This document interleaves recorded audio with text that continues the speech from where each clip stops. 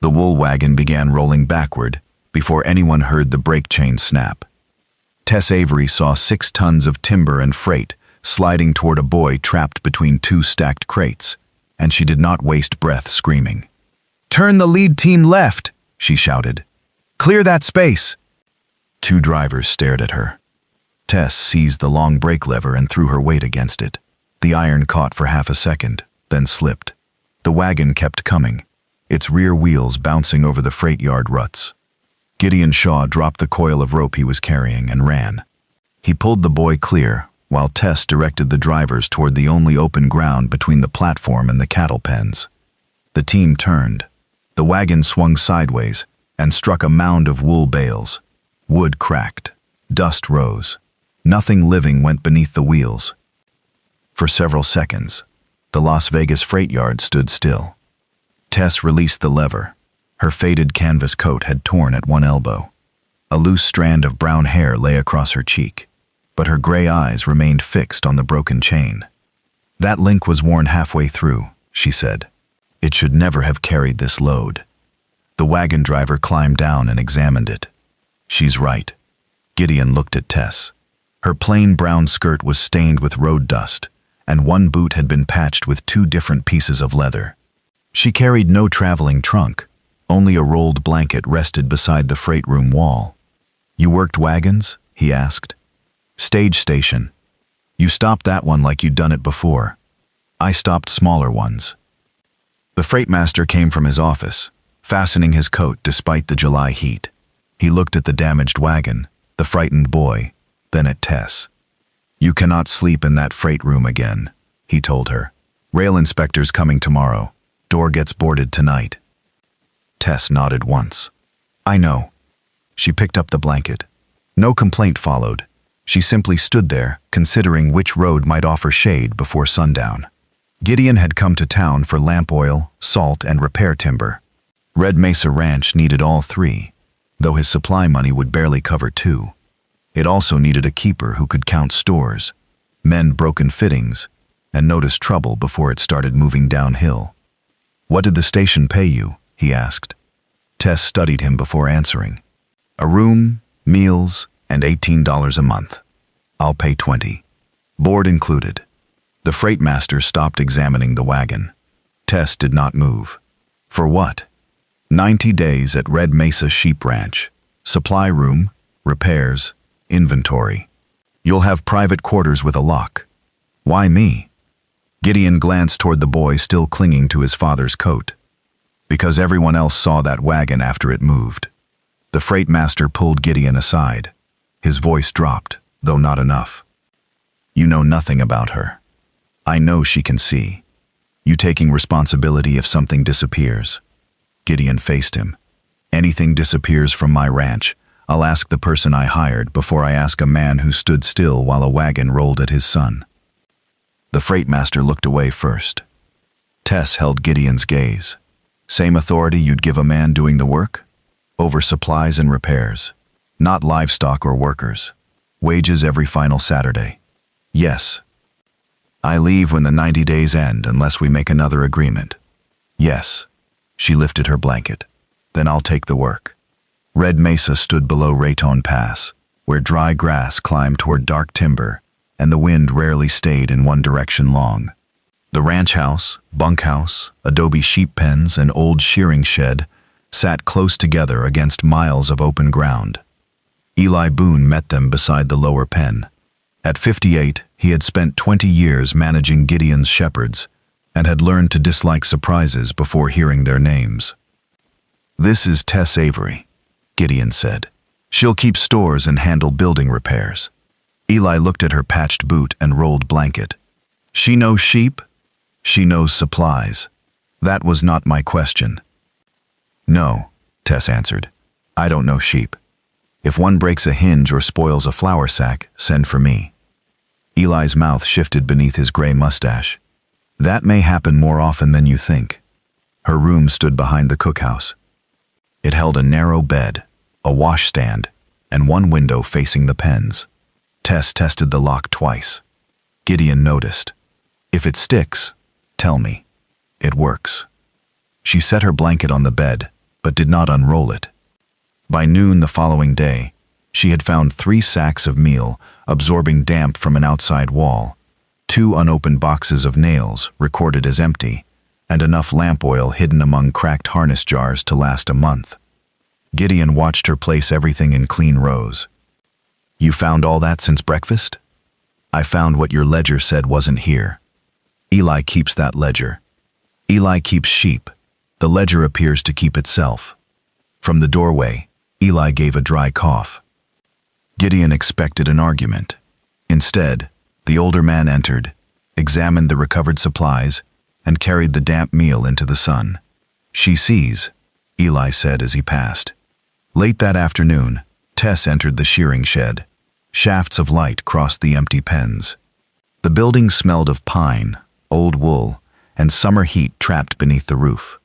She walked slowly, pressing beams, studying joints, and looking where each brace met the adobe walls.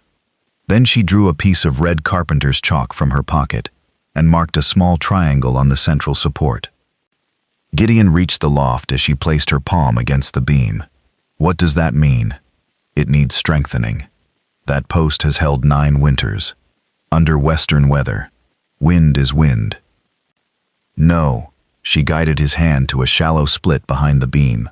Their fingers remained against the same wood as it shifted beneath their weight. "A northern wind will push against the broad side. That roof will pull outward instead of settling down." He looked at their hands. Tess removed hers first. "How do you know?" "For 12 years, I repaired a stage station that stood alone on an open ridge. I also recorded the weather so drivers knew what waited beyond the pass." "What happened to it?" "The railroad changed the route. The owner sold the station board by board. My room went with it."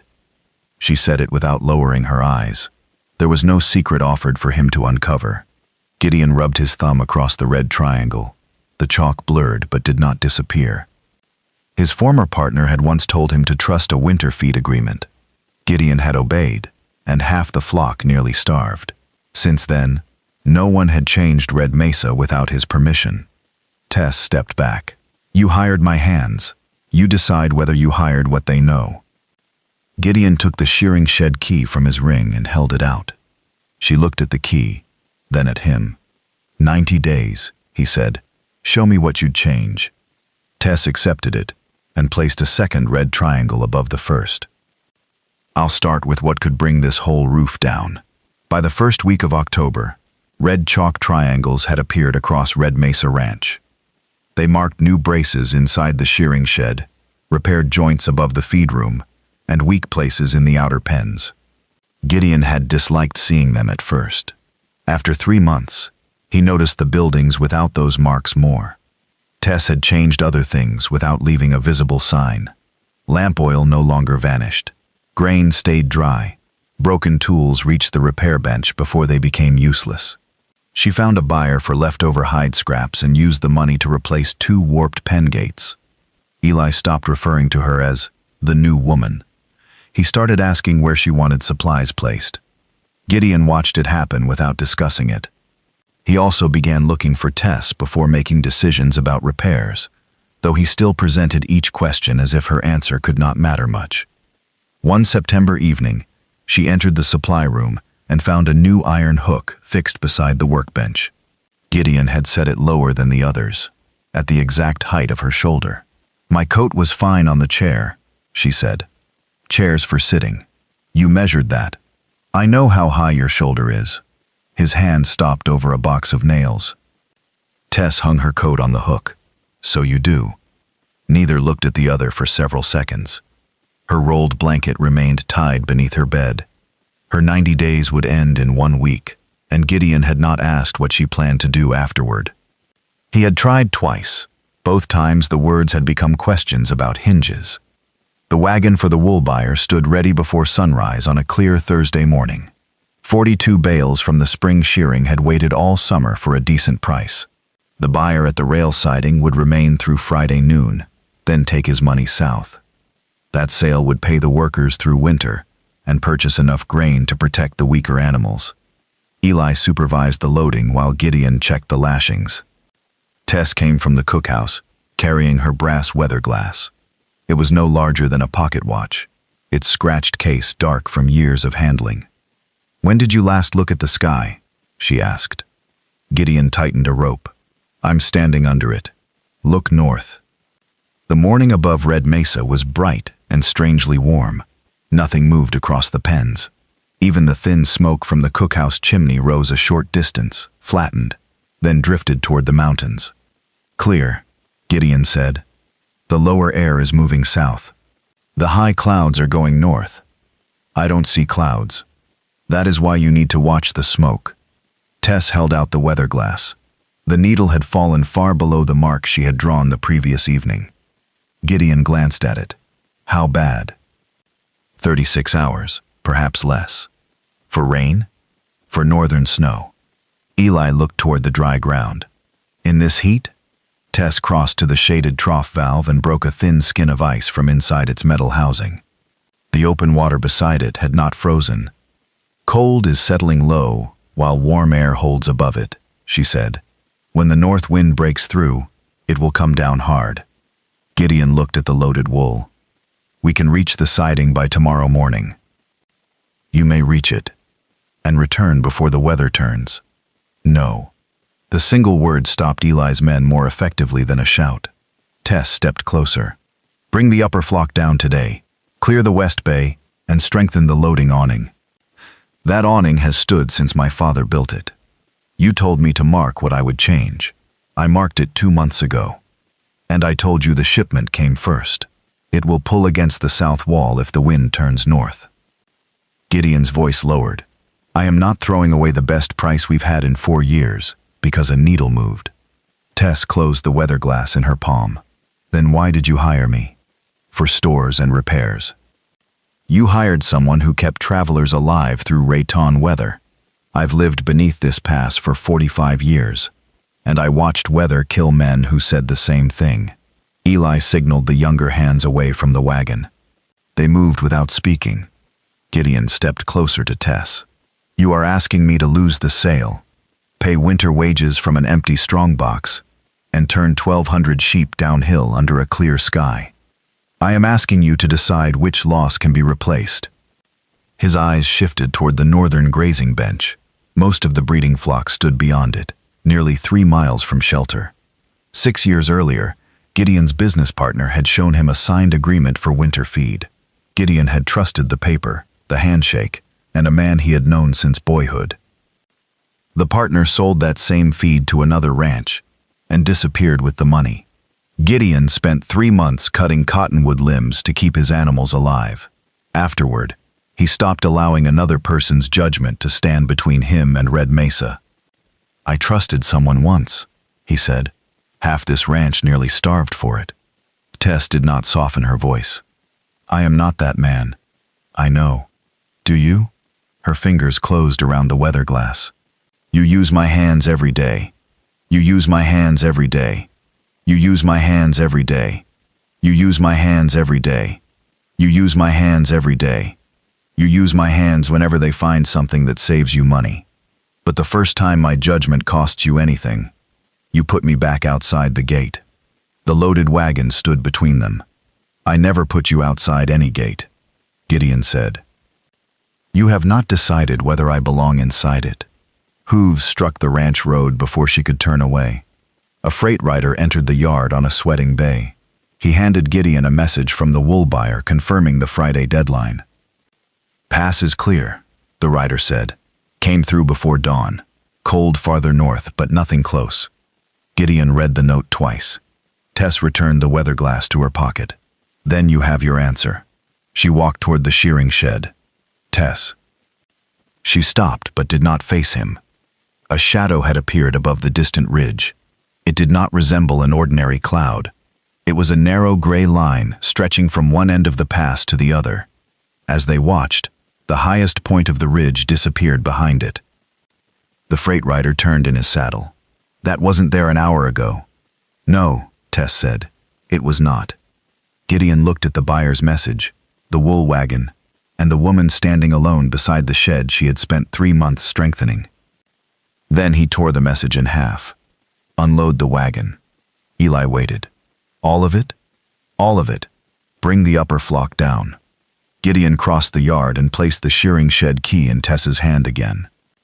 Until this passes, every man on Red Mesa follows your orders, me included. Her fingers closed over the key. Clear the west bay, she told Eli. Move every loose tool indoors. I want the outer flock below the bench before dark. The ranch broke into motion. The first northern gust struck before the final wool bale left the wagon. It ripped the loose shutter from the west bay and sent it skidding across the frozen dirt. Tess watched the daylight fade behind the advancing wall. We were wrong about 36 hours, Gideon said. Yes.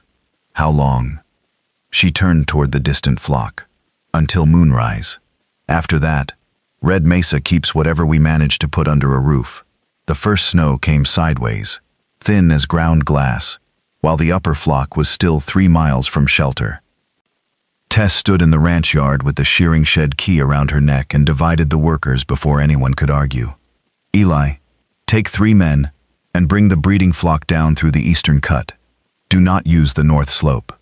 Eastern cut adds a mile, Gideon said.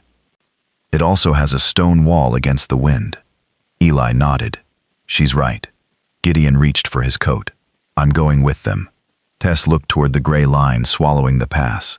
If the flock stalls, can you move it? They follow my whistle. Then go, but enter through the eastern doors when you return. The west passage will drift shut first. Gideon fastened his coat. You?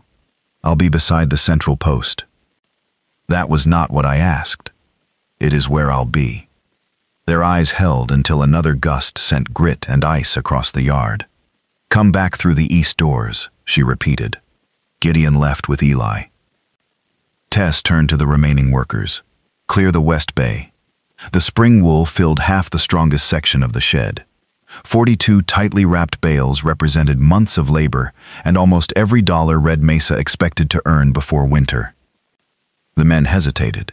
Mr. Shaw said, every man follows my orders. One of them looked through the open doorway at Gideon disappearing into the rising snow. Where do we put it? Outside against the south wall. Cover it with both wagon sheets. It'll get wet. The sheep cannot stand in a wool bale. They carried the first load out. By the 12th bale, snow covered the yard. By the 20th, the mountains were gone. Wind snapped the wagon sheets so violently that 2 men had to lie across the edges while another fixed them down. Tess continued clearing the bay. She had spent 3 months preparing the shed for a northern storm, but she had never been allowed to brace the loading awning. Gideon had needed its timber for the wool wagon. Then a gate failed. Then the shipment deadline came. The red triangle she had placed beside the awning joint remained the only work done there. A distant whistle reached the ranch. Once, then twice. Tess climbed the lower loft ladder and looked through a narrow opening. Shapes moved across the white ground. Gideon and Eli were bringing the flock down, but the sheep had drawn into a tight mass inside the eastern cut. The storm was driving against their exposed side. Hang 2 lanterns inside the east doors, Tess called. Keep them low where the sheep can see. The workers obeyed. Outside, Gideon moved along the stone wall, using his whistle and the sound of his voice to keep the lead animals advancing. Ice gathered across his shoulders. Eli stayed near the rear, counting groups with his thumb against the notches in his belt. The flock reached the lower pen, just as darkness covered the ranch. Tess opened the eastern doors. The first sheep entered slowly. Then the animals behind pressed forward, and the shed filled with hooves, damp wool, and warm clouds of breath. Easy, Eli shouted. Give them room. Tess stood on the dividing rail and directed the flow. 200 into the west bay. Hold the center gate. Keep the southern section empty. Gideon entered with the final group and pushed the doors shut against the wind. Snow fell from his hat and coat in hard white sheets. All in? Tess asked. Eli finished his count. 1,206. No losses? Not one. Tess gripped the rail until the stiffness left her fingers. Gideon came to her. A thin cut crossed one cheek where flying ice had struck him, but he remained steady. The wool? He asked. Outside. All 42 bales? Yes. The wagon sheets cracked beyond the wall. One corner tore free, exposing the nearest stack to the snow. Gideon watched through the door gap as white powder collected against the wrapping. That was the winter payroll, he said. I know. And our grain. I know that too. Tess waited for him to take back the key. Instead, Gideon closed the gap and dropped the wooden bar across the doors. Sheep first, he said. Money can wait its turn. A deep impact shook the western wall. Several animals crowded toward the center. Their combined movement pushed the next group south, and the wooden partitions began bending under the pressure. Tess climbed onto the walkway. They're following the wind, she said. Every gust drives them toward the weak side. How do we stop 1,200 sheep from feeling it? Eli asked. We don't. We change where they can move. She pointed to the red triangles along the inner supports. Open the first west gate. Close the center by half. Put one man at each marked brace, and keep the passages narrow. Eli turned toward the workers. You heard her. One younger hand remained still, staring at Tess. Eli struck the floor once with his staff. She saw this weather while you were loading wool beneath a clear sky. Move. The men took their positions. The next gust pressed against the shed. This time, the flock spread into the strengthened west bay instead of surging toward the south wall. The roof answered with a low wooden groan but remained level. Gideon looked up at the red marks. You planned this. I planned part of it. What part did you miss? The storm arrived 12 hours early. There are more animals under this roof than I wanted, and the loading awning is still attached. Another impact rattled the rafters.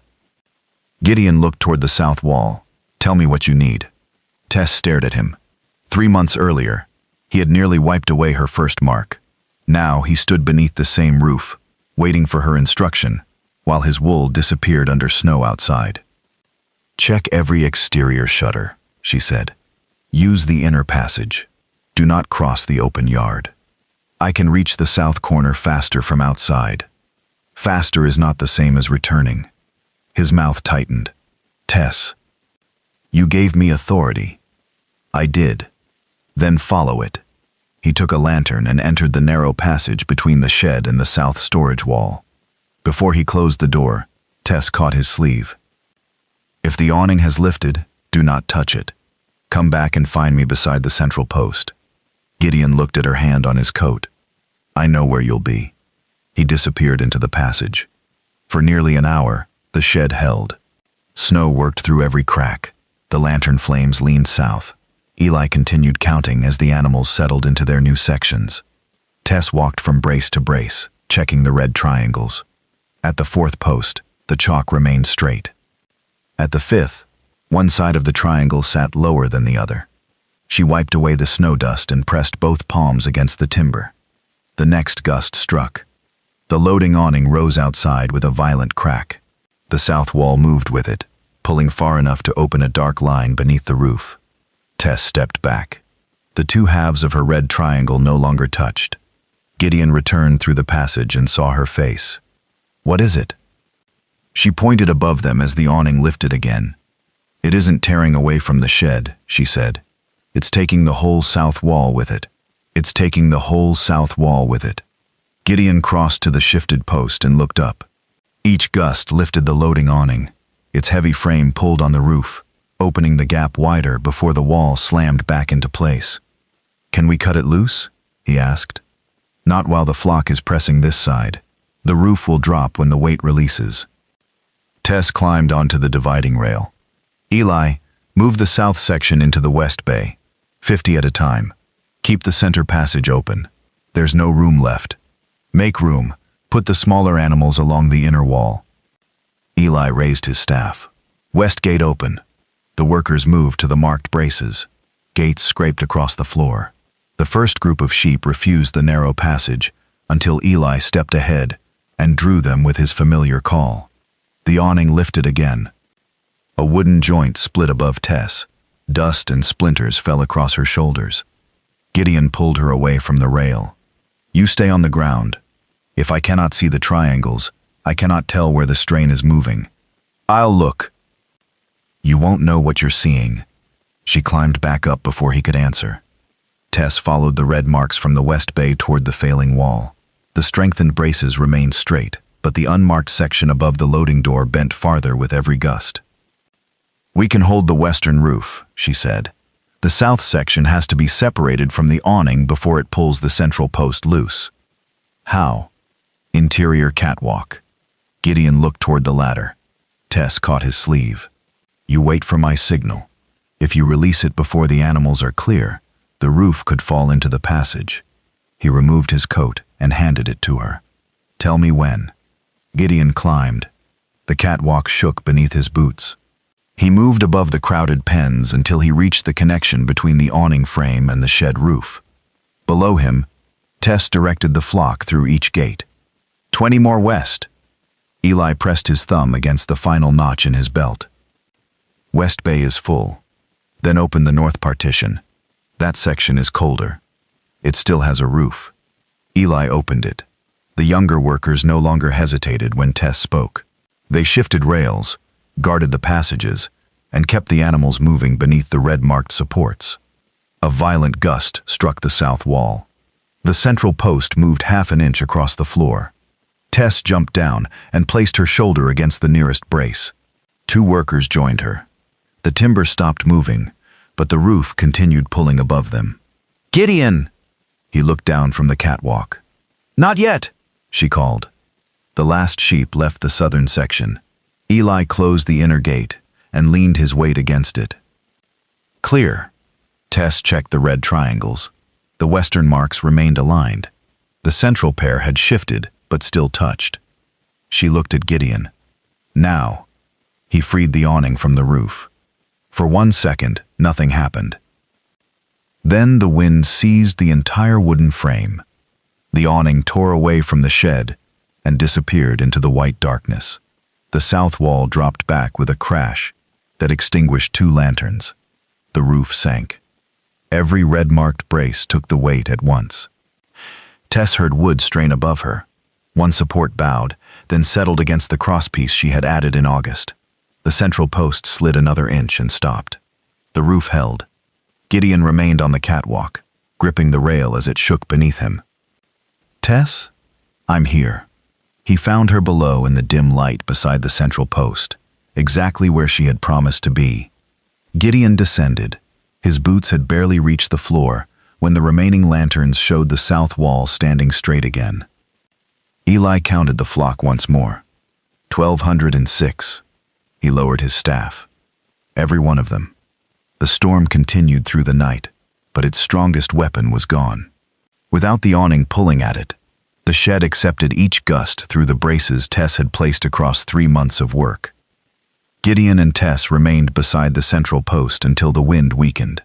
Near dawn, the silence outside became deeper than the storm had been loud.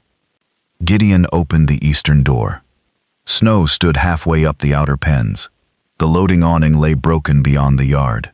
2 wagon sheets had torn away, leaving much of the stored wool exposed beneath the drift. The shearing shed still stood. Warm animal breath moved through the open doorway behind them. The winter feed remained dry inside the supply barn. Every worker walked out under his own strength. Gideon crossed to the wool stack and pulled loose a split covering. Water and dirt had reached most of the bales. "The buyer won't take it now," Tess said. "No. You lost the sale because of me." Gideon turned toward the living flock inside the shed. "I lost wool. The wages, grain, and repairs depended on it. We'll run fewer lamps. Delay the north fence. I'll sell the spare wagon if I must." Tess looked at the damaged yard. "You may wish you had taken the wool south. I would have returned to an empty ranch." He stepped closer. "I gave you 90 days because I needed someone to count supplies. Then I spent 3 months pretending that was all I hired." Tess removed the shed key from around her neck. Her 90 days ended that morning. She held it out. Gideon closed her fingers around it. "I want you running buildings and stores permanently," he said.